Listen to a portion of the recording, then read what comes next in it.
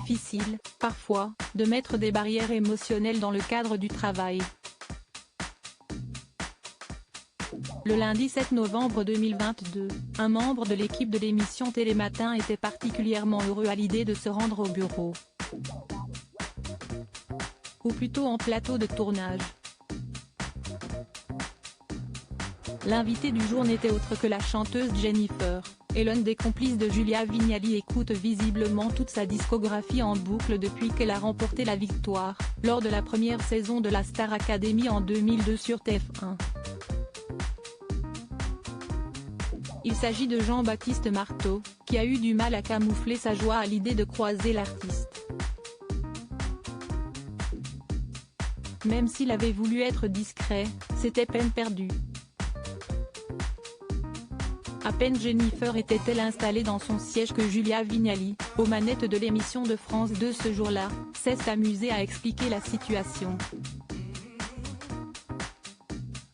Est-ce qu'on peut crever l'abcès ?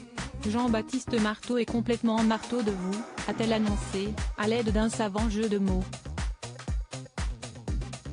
Si est-il le cas de le dire ? Si est-il votre plus grand fan ? Maintenant, si est-il dit, on va pouvoir parler de vous. Force est de constater que le journaliste semblait connaître les paroles de toutes les chansons de Jennifer sur le bout des doigts. Peut-être, même, celle de son 9e et nouvel album.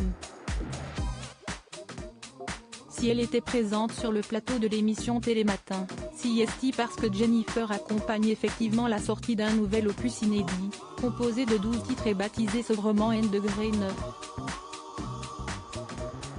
La maman de 3 garçons avait déjà dévoilé, un peu plus tôt, le titre Sauve qui m'aime et avait cumulé, rien que sur YouTube, plus de 1,2 million de vues. Voilà qui explique qu'elle soit sur tous les fronts, puisqu'on l'a très récemment vue à l'affiche de l'exceptionnel spectacle télévisé que t'es Embarquement immédiat, programme présenté par Patrick Fiori consacré au patrimoine musical corse.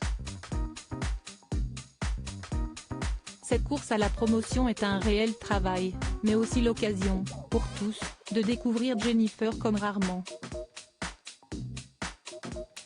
Il y a peu, elle avouait même, en parlant musique, qu'elle avait un jour été placée en garde à vue par erreur.